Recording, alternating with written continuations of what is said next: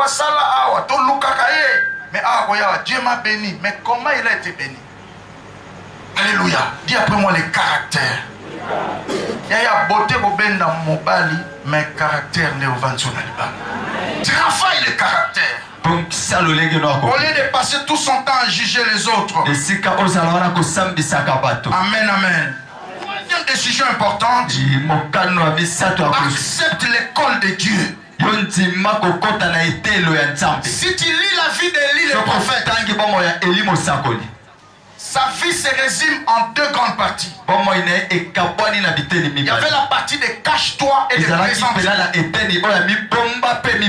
Dieu l'a caché pendant un temps et après Dieu lui a présenté. Ne sortez pas vite sur le projecteur. Amen,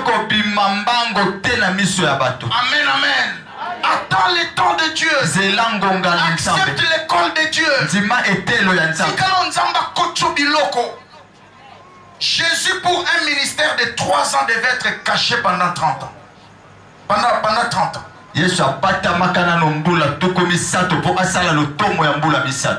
Si tu es fort en arithmétique, donc il a pris une année pour une année de travail 10 ans. Pour une année de travail 10 ans. Pour une année de travail 10 ans. Et à 12 ans, il est allé dans le temple. Il a discuté un peu avec les docteurs de la loi. Ils étaient impressionnés de sa sagesse. Mais ils n'étaient pas impactés par sa sagesse. Amen.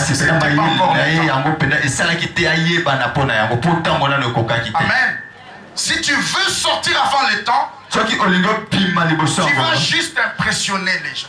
Tu vas toucher les émotions des gens. Mais tu ne vas pas transformer les vies. Tu ne vas pas impacter les vies. Amen, amen. À 12 ans, il pouvait émotionner les gens. Mais sans impacter. J'aime dire encore qu'à 12 ans, Jésus voyait les malades. Il pouvait les guérir, mais il n'a pas guéri les malades. Il voyait les lépreux, les gens mouraient. Il est né Dieu. Il pouvait aussi ordonner au mort de ressusciter. Mais il n'a pas fait ça. Il a attendu le temps. Reste dans l'école de Dieu. J'attends quelqu'un dire Amen. Quand Dieu aura fini sa mission, toi, il va te donner accès à aller plus loin. Amen, amen. La Bible dit dans Ecclésiaste 10, verset 16. Malheur à toi la nation dont le roi est un enfant. Malheur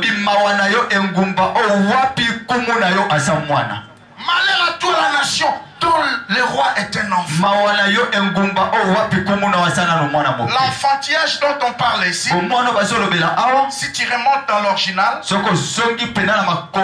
dans les textes originaux, l'enfantillage là, c'est l'immaturité. Dis à ton voisin, avec Dieu on ne triche pas. Respecte l'école de Dieu. Donc on a un projecteur qui a famille monier. Lorsqu'on a pas un poids spirituel à ma longate, à côté de ma bébé. Est-ce que tout le monde a sur le bas? Amen. Ce sont des choses que je vais commencer à expliquer à partir de demain. Au départ, Dieu va te demander beaucoup de sacrifices. Pour te tailler, pour te briser. Avec le temps, au moins si on va changer. Et comme un sacrifice, quel résultat est belé? Est-ce que tout le monde a sur le bas? Amen. Omoni David ebandeli nzamba senye ba sacrifice makasa oboma ba ours na ba lion yokuta na lion obomba ena boy sancha wata manzaka obundika boye obomie sancha wata manzaka certainement zakina ba trace manzaka.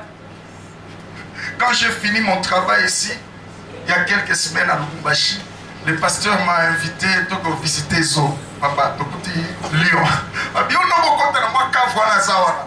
Quand on entrait comme ça, il a crié. On a pris fuite. C'est comme Bible dit David a Kanyim et Lokoan. Ah, papa. C'est ce que Dieu va te demander au départ. Alléluia. Beaucoup de sacrifices. Yesa voisin tika kolela bunda. On m'a mis destiné à te belé. Il y a certains pourquoi où il n'y a pas toujours de basques sur le chemin de la destinée. Bientôt tu comprendras et tu diras que c'était difficile mais j'ai réussi. Alléluia. Dieu te demande beaucoup. Parce que on relate l'histoire d'un pasteur aux États-Unis. J'étais à 2 en mission évangélique. L'autre, le plus jeune, l'autre était vieux. Le plus jeune pour que la gloire de Dieu descende. Il ne faisait pas d'effort. Pafandi, hôtel Moko, les jeunes a damé la nègre au Sakanate.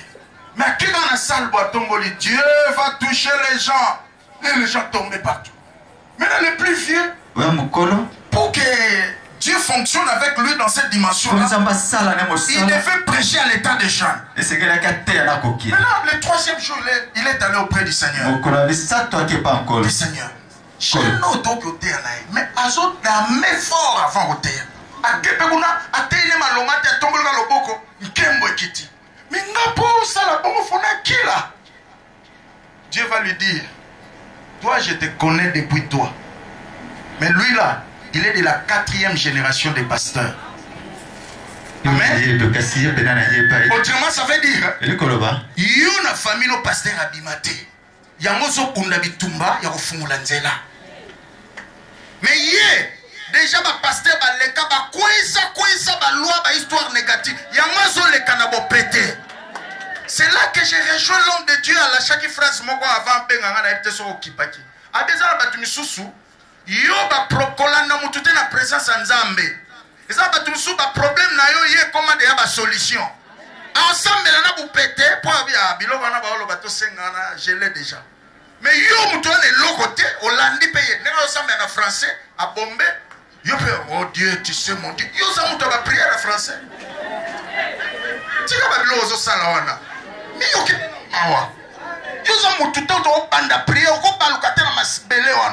Moi je l'ai vécu en Boujima et un jour comme ça. J'ai vu des gens en costume par terre en train de chercher. Un jour comme ça j'ai prêché à Isiro. L'église est qui nous était moi mangue les pembeni. Toujours terre, non terre quand les matins il n'avait tombé qui s'arrête. Si mon frère m'a dit, pasteur, on sera assis comme un terre, on va à l'école. Frère, il y a un look in Zambé. Donc, si c'est la prière en matière de Colan Zambé, ah, Colo, ah, les gens se moquaient de lui, mais ils savaient ce qu'ils cherchaient.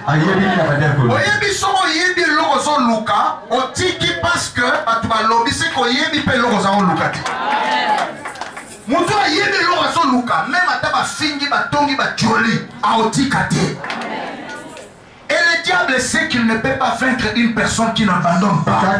Et tous ceux qui réussissent ont un seul dénominateur commun, ils n'abandonnent pas. Frère,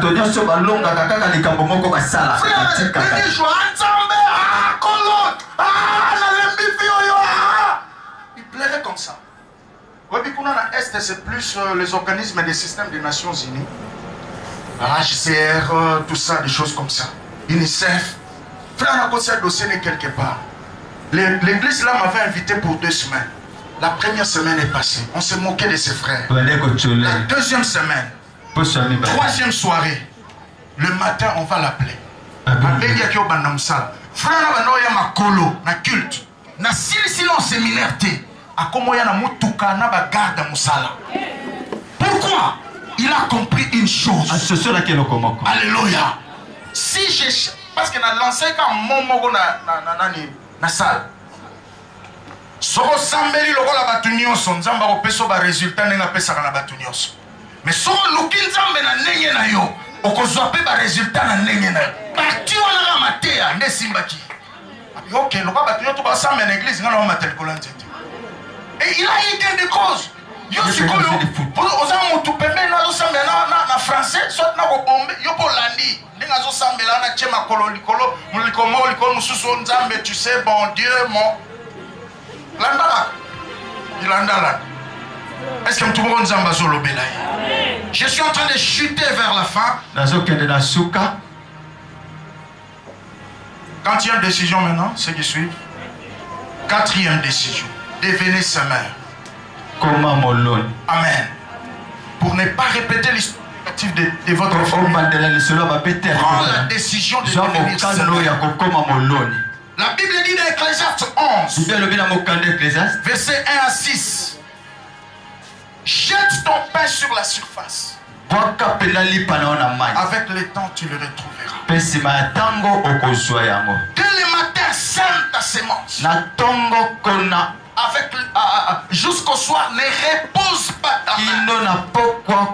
Parce que tu ne sais pas quelle semence qui va sortir. La meilleure façon d'attendre la moisson, c'est de continuer à s'aimer. Tu as donné, donne encore. Parce que dans ma vie, je suis la quantité de prière, la quantité de sacrifice.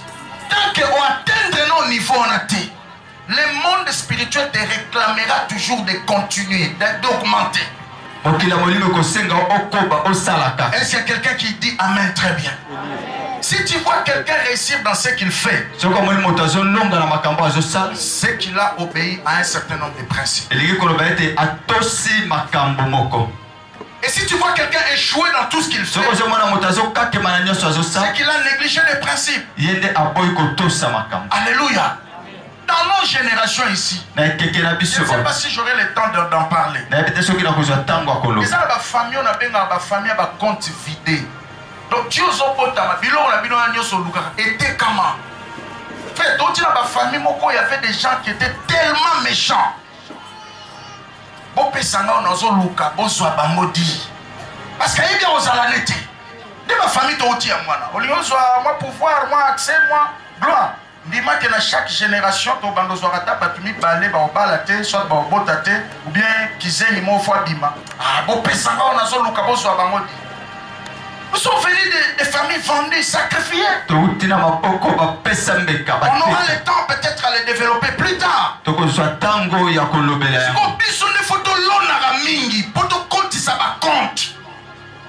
Amen, amen. Yaya, j'aime dire ça. Yoso otama na pasi, okola na pasi, obali na pasi. Sikopana no pe ba okola na pasi. Tina no ki botata ezani. Tina ko desate. Est-ce que tout le monde solo ba amen? Parce que la Bible dit tata na zwa kapona bana. Do yone mozawana fo bunda olone belé na musala nzambe na basali ya nzambe pour remplir ba compte. Bunda ya suki pembe na zala ya buzoba te kolanda suki pembe na biso te za poa ya musala nzambe. Ah Jésus-Christ. Amen. Mais yo so bimi suki pembe fota la gauche bana ba sisi université ba bali ba bongi à droite otiki ma bangu ba compte na banque obi nzambe. Zoasko molimo na ngai. Est-ce que tout le monde nzambe azolobela? Nous devons beaucoup s'aimer. Nous devons bâtir des hôtels. Amen, amen. Parce que hôtel est un intermédiaire entre Lola et Mabele. Quand tu élèves un hôtel, tu es en train d'engager le ciel en ta faveur. Yaya to semble la l'air n'y sauté, mais l'offrande peut te donner l'accès là où la prière ne peut pas arriver. J'attends quelqu'un dire Amen. Ah oui. Tous à la semeur. Soit un semeur. Donc moi la tous soit comprendre ma camboyo. Au moins balobi muke apesi. Balobi muke apesi. Oh alaxarani une église non. Alax c'est l'autre. Azola sa place à Outa. À Outa ne l'autre mais muke azana onzambe na pesi. Yawazo pesa. Et j'aime toujours dire, celui qui donne par amour, il ne s'arrête jamais. Il donne parce qu'il aime le Seigneur. Personne ne peut l'arrêter. Celui qui sert Dieu aussi par amour. Personne ne peut l'arrêter. Par décourager facilement. Dis à ton voisin, apprends à s'aimer. Apprends à s'aimer. L'offrande est un missionnaire. Moi je crois que une simple offrande, ça peut changer une destinée. Comment on a pasteur invité Alors qu'est-ce qui s'est passé? Que Dieu te bénisse, mon frère. Donc il y a moi pasteur. Donc comme pasteur on a simbi micro alors bi oyo eza 427e mariage nanga nazo pambola na ministère. Même si pasteur a payé la vie mais oyo ça va grâce na kotika mo leka boete. J'avais un $200. J'ai senti dans mon esprit. Le Saint-Esprit m'a dit, il est pasteur aussi comme toi, mais il a une grâce que toi tu n'en as pas. Alors on attend, on a tout ça dit mariage l'église, te kobala n'a pas si l'église batubazo ya ba moi makamsus, mais libala rien. Alors, je devais s'aimer. Alors que le lendemain, je devais rentrer à Kinshasa. Dieu me dit, tout ce que tu as là, donne. Mon père de famille, tu dois rentrer demain. Donne. J'ai senti une voix. Alors qu'il prêchait, j'ai fait cet acte comme ses frères viennent de s'aimer ici. J'ai donné. Il a dit seulement, homme de Dieu, que Dieu te donne ce que ton cœur désire. J'ai dit, Amen. La même année, chez nous à l'église, on a béni pour la première fois un samedi 2 mariages. Un samedi, on a béni 2 mariages. Et c'était le départ. Dimanche au mariage, moi, dimanche le 19 mariage, alléluia. Dieu a ouvert. Que ce soit dans ma famille, que ce soit dans le ministère, Dieu a ouvert. Nous se bandit à semence wana. Or, semence wana les a $200. Ça n'a rien à voir avec le $200 et provocatif. Est-ce que tout le monde a besoin de la génération la biso, il a rebellé to luka, ba vida yango, ba teka yango, et kenda ba sacrifia. Il faut s'aimer mingi. S'aimer pour la bana noa basi. S'aimer pour la bana noa mibali. Yo tina famille mutasi sa université azate. Amen. Tu vas si c'est ça kotanga. Et vous croyez que c'est facile? La loi est surtout qui va bien les textos. Est-ce que la famille n'a pas il faut quitter. Mais offrande, hôtel, et pour protéger, on a sommet.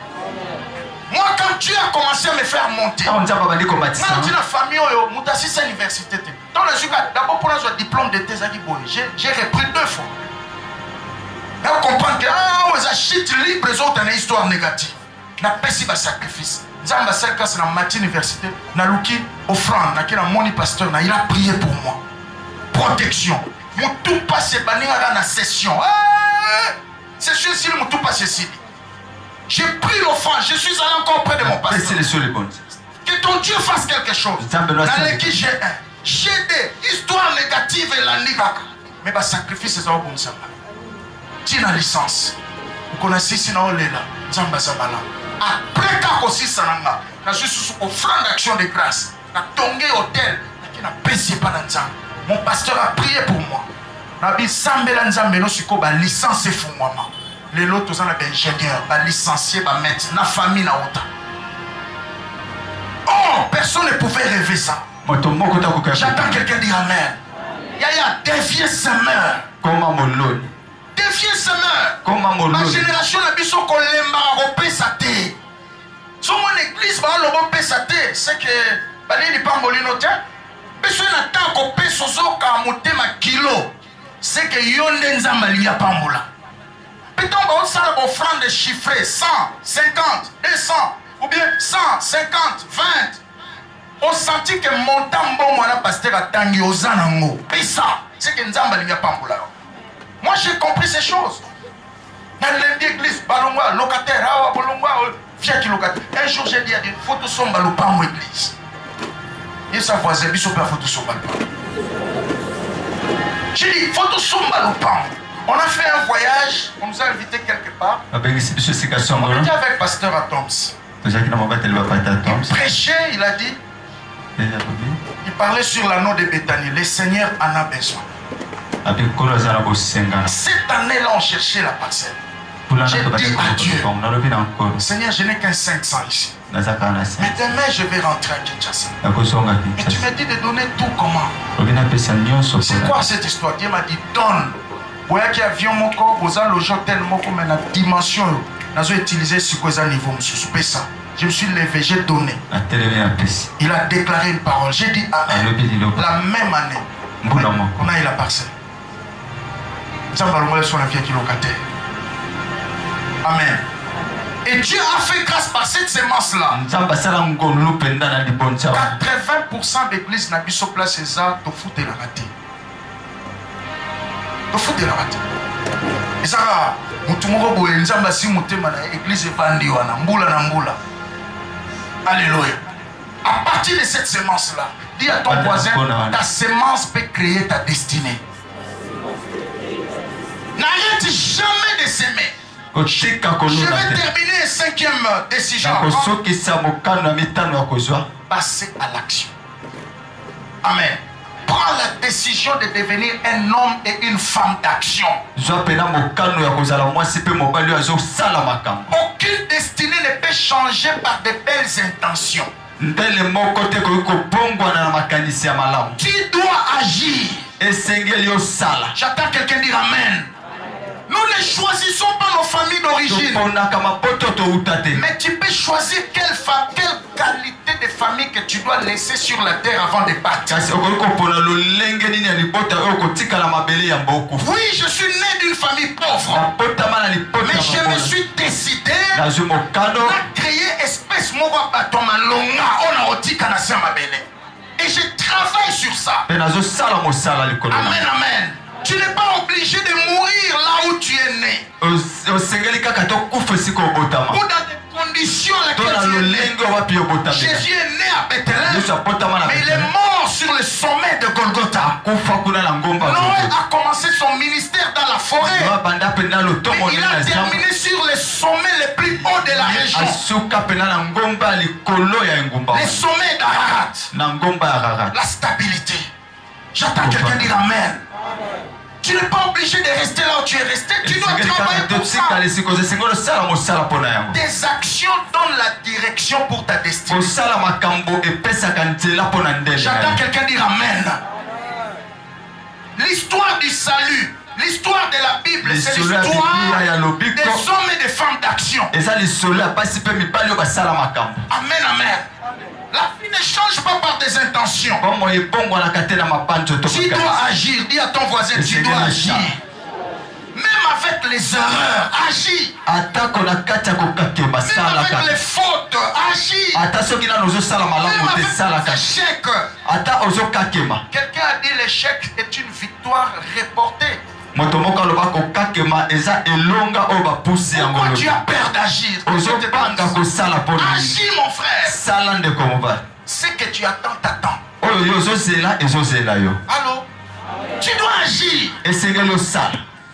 Et ça va le solo de comment mi balé mon jeune fille moko quand tu es église de comme ça c'est une intention de lingaé pas comme moi sinon mais de comme ça soit que direct sœur na s'appelle na yo comme partenaire à destiné nanga des trucs tout ça la route en ça frère à quoi sœur à quoi allez balinga na bangona un jour baso na nzela frère on se quoi une intention de linga sœur à fâcher abi nino li moi sinon va discuter wa li comment non mais pasteur allez papa godé hey papa godé moi c'est quelle intention de linga sœur mais na mon frère ba on me ma quelle leona papa godé avisé là c'est la frère frère yo olinga sœur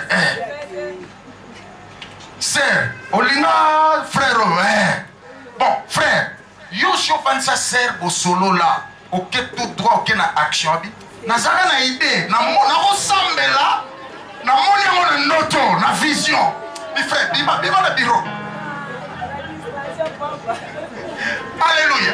Il y a des gens qui sont comme ça. Il n'a jamais passé en action. La Bible dit Moïse devenu grand. Il a refusé l'identité égyptienne. La grandeur dont il est question ici, c'est la connaissance. J'attends quelqu'un dire Amen. Alors retiens quelques mots sur l'action et on va terminer. Premier mot ou première phrase. Avant l'action,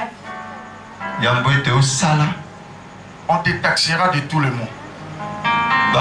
On te donnera n'importe quelle identité jusqu'à ce que tu agisses. Ce sont tes actions qui révèlent votre vraie identité.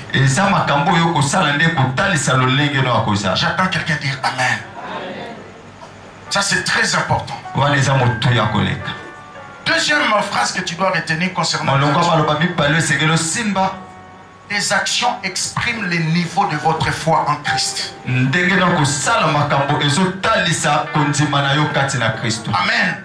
Tu peux nous dire tout ce que tu veux. Mais tant que tu n'agis pas, nous n'allons pas comprendre que tu as la foi en Christ. Amen, amen.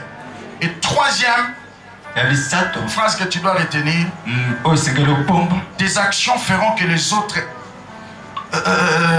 tes actions feront cesser les débats. Amen, amen. Moto akoki koboya elongi na yo, makoboya misala na yo te. Frère, sois un homme d'action. Et quand quelqu'un te demande un service, fais-le bien. Amen, amen. C'est comme biloko en attendant. Parce que tu ne sais pas après là qu'est-ce qui va arriver. Ma soeur, frère, a joué au fiancé, à ça l'erreur, mais mieux par la bango, bâtir le olamba. Benga maman na téléphone, a coach ba formule. Ni ata biloko bien. Parce qu'on y évite si ma on attend sur sa confirmation les balles en. Est-ce que le moment si moi zo maïla? Si mutu mo ba sengio service o yebi ko sala. Sala yango bien. On appelle on y tabiloko pour na so deuxième invitation. Ah mais yo kan ça qui dit. Oh yo kan si dit. Oh papa première fois na yote ya bon. Si on a regardé ba matinga ndengwa. Non. Est-ce que tout le monde sur le bas? Moi je te dis des choses. Parce que nous avons salé ngolo pa place minute qui nous côté parce qu'on paye sous, pas qu'on paye sous, pas qu'on paye sous. Alors vous avez moi le Bombaché, on a été sur combien de voyages, nous avons sous dans mon tout. Pourquoi? Parce que quand tu parles là, tu es sérieux dans ce que tu fais. Bon travail. Même pasteur à Bossani yo, bandi papa, évangéliste wana uta kishasa wana na programme est-ce qu'on benga yete. Pourquoi? Bilengo tikala. C'est ça même le secret du Seigneur. Oh, prince des démons, oh, Azan Zambete, Amonika avec le beau, recevez avec la monnaie. Parani Hollande avec la haute, tu es dit Moutani Samoutama Sumu, à quoi ça me répond à Moutouta Bika, papa. Aza Moutama Sumu, tu t'es Nazara qui est aveugle, mais si qu'on a son monde. Bilo pe olibo comme ma disciple n'est pas fâché à bien. Nana ndimeli po, Nazara qui est aveugle, si qu'on a mon misala. Est-ce que tout le monde sur le bas? Amen. Sois un homme d'action. Les actes des apôtres ont été écrits parce que les apôtres ont agi. Malgré l'onction de la Pentecôte, s'il n'avait pas agi, le livre des actes des apôtres n'existait pas. J'attends quelqu'un dire Amen. Sois un homme d'action. Plus basou lobayo sala. Plus basou lobayo sala. Erreur sali lelo. Lobi soko baneli osasu erreur na ndenge mogote. Osoko s'améliorer yaya. Nelson Mandela a lancé une phrase qui m'a toujours répondu. Il dit je n'échouerai jamais, où je gagne ou j'apprends. Donc, mes échecs là, quand les gens crieront, hey, il a échoué. Lui, il s'est dit en lui-même, j'ai appris. Je vais continuer encore demain. Je préfère être un Pierre. C'est par là que je termine. Je préfère être un Pierre qui essaie de sortir un peu de la barque que de rester dans la zone de confort, dans la barque, dans les débats inutiles, sans agir. Alléluia. Je préfère être Pierre de sortir un peu dans la barque. La Bible dit Pierre est sorti de la barque. Il a fait un pas, deux pas, trois pas. Le vent a soufflé. La Bible dit il a commencé à s'enfoncer. Je vais te poser une question. Si un corps solide est jeté sur l'eau, ça va commencer à s'enfoncer ou ça va s'enfoncer? Si tu agis parce que tu as entendu la parole de Dieu, cette parole te protégera. Oui, les vents se lèveront. mais okozila te, okozila te, okokufa te. Tu dois agir. J'entends quelqu'un dire amen très bien. Agis. Aujourd'hui, il y a des bénédictions sans nom.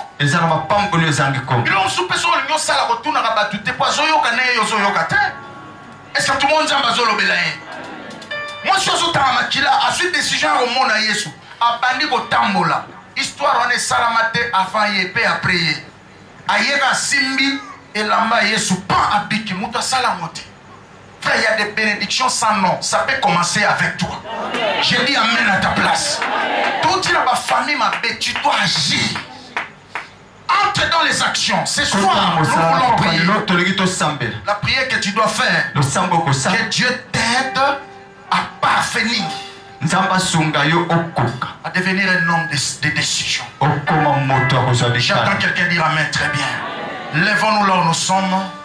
Tout esprit qui t'envoûte pour ne pas te décider, nous allons t'en débarrasser ce soir. Alors que nos mains sont levées, nous remercions le Seigneur. Je sens une atmosphère de la gloire de Dieu. Si Dieu traînera à te toucher ce soir, si Dieu va traîner pour te toucher, peut-être toi tu traînes à te concentrer. Élève le niveau de ta sensibilité. Nous allons lancer nos prières en direction de notre volonté. Mon frère, ma soeur, le manque de décision est un démon.